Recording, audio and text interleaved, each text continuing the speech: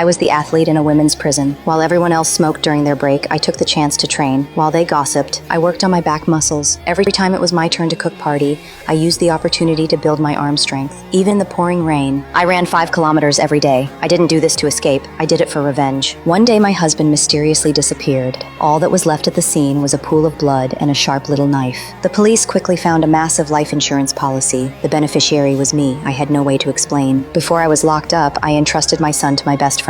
I gave her the compensation money for living expenses, but before I knew it, she too disappeared. I desperately reached out to her. I urgently asked my son to listen to the phone. Daddy! Nick?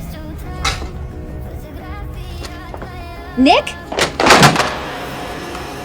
But the call was suddenly cut off. When I tried again, no one answered. That was when I realized this was all part of a conspiracy between my husband and my best friend. They took the compensation money and they stole my son. After I found out the truth, I was lost until one of my fellow inmates reminded me the law can't charge the same person twice for the same crime. I was already in prison for my husband's death. You can walk right up to him in Times Square, put a gun to his head and pull the fucking trigger, and there's nothing anybody can do about it. From then on, I went all in on fitness. I threw myself into labor. 6 years later, I finally got parole. I immediately started looking for my friend. She was a teacher. If I could get into the education system, I'd find her new job. But when I searched, I was stunned. There were over 1,000 people with the same name. It was impossible to track her down one by one. I had no choice but to take risks. I snuck into the school she once worked at. In the records room, I found her social security number. Just as I grabbed it, the police found me, but I wasn't scared. The 6 years of hard training paid off. I leaped from the second floor, hopped over the wire fence and ran like a maniac. I led the police car to the beach. Using a slope, I flipped the car. But in the end, I was overpowered and caught. On the way back, I tried to plead my case, saying I was innocent, but the officer coldly said, "Every prisoner says that." He cuffed me to the car and leisurely drank his coffee, but he forgot to take out the car keys. I looked at the handcuffs, then at the water pipe.